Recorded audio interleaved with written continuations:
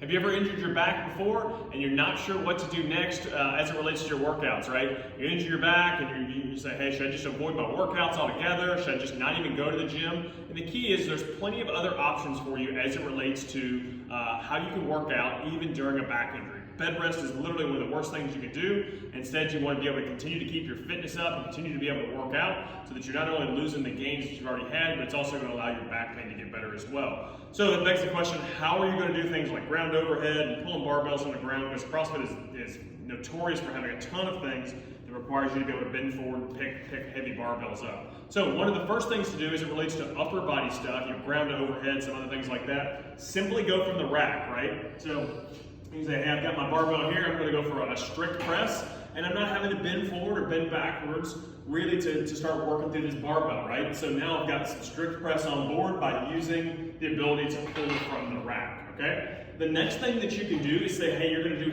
hang variation only, right? And that can look like any given number of things depending on your low back pain. So what you can do is you can go from the high hang, right? Because this is going to be the least stress to your low back. Where you say, hey, I'm going to start working through power cleans from this position. Or you can say, hey, now my back's starting to feel a little bit better. I'm going to go kind of mid-thigh or even down at the knee and start working towards that as my back begins to feel better. Now, the other thing that you can do is simply say, hey, I'm going to focus on single leg variations only, right? Where you say, hey, I'm going to work on some single leg glute bridges or single leg step ups or even single leg RDLs.